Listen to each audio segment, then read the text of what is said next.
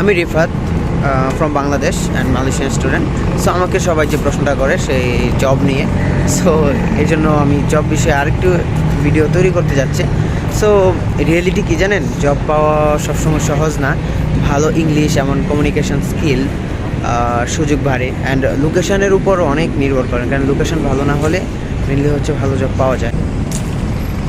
আর salary কেমন হতে পারে, হাওয়ারলি বা মান্থলি পে কীভাবে হতে পারে, আমার অভিজ্ঞতা অনুযায়ী বলতে গেলে টিপস থাকতেও পারে। আর স্যালারি এমন হয় যে যদি আপনি ফুল টাইম করেন, বেসিক স্যালারি হয় 1700 ringgit, 800 ringgit, and part time যদি হয় তাহলে 100 ringgit per day.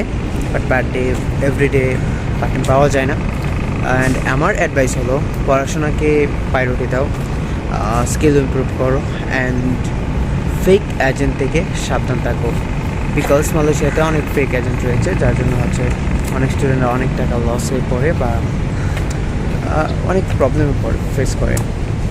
Last but not list, আপনারা যদি মালয়েশিয়ার স্টুডেন্ট লাইফ নিয়ে আরও প্রশ্ন থাকে তাহলে কমেন্ট করুন।